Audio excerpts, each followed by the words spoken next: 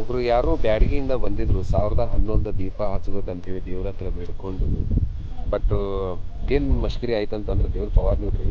ಅವರು ಹಚ್ಕೊಂತ ಸೇವಾ ಮಾಡುವಾಗ ಭಾಳ ಕಷ್ಟ ಇರ್ತದಲ್ಲ. ಸೊ ಅದೇ ರೀತಿ ಕಷ್ಟ ಪಡ್ಕೊಂತ ಹಚ್ಲಿಕ್ಕತ್ತಿದ್ರೆ ದೇವ್ರ ಹತ್ರ ಬೇಡ್ಕೊಂಡ್ರೆ ಯಾರು ಸ್ವಲ್ಪ ಸಹಾಯ ಮಾಡ್ಲಿಕ್ಕೆ ಯಾರೋ ಬಂದು ಸಹಾಯ ಮಾಡ್ರಿಪ್ಪ ಅಂತೇಳಿ ನಾನು ಹಂಗೆ ನಡ್ಕೊಂಡು ಬಂದಿದ್ದೆ. ನಾನು ಭಗವಂತನ ಹತ್ರ ಹೋಗಿ ನಮಸ್ಕಾರ ಮಾಡಿ ಬಂದೆ ಆ ಕಡೆ.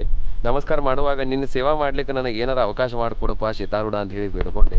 ಅದ ಕ್ಷಣದೊಳಗೆ ಅಲ್ಲಿಂದ ಸೀದಾ ಇಲ್ಲಿ ನಡ್ಕೊಂಡು ಬರುವಾಗ ಇಲ್ಲಿ ನೋಡಿದೆ ನೋಡ್ರಿ 1011 ದೀಪ.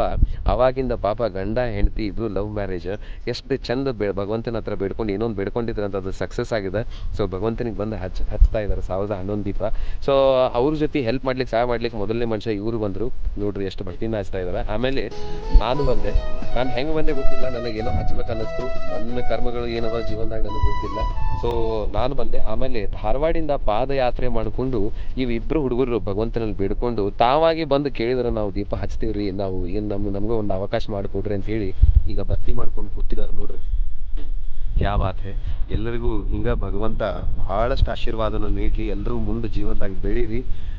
ಎಲ್ಲರಿಗೂ ಕಾರ್ತಿಕ್ ಅಮಾವಾಸ್ಯೆಯ ಶುಭಾಶಯಗಳು. ನಮಸ್ಕಾರ. ಹರಿ ಓಂ. ಓಂ ನಮಃ ಶಿವಾಯ.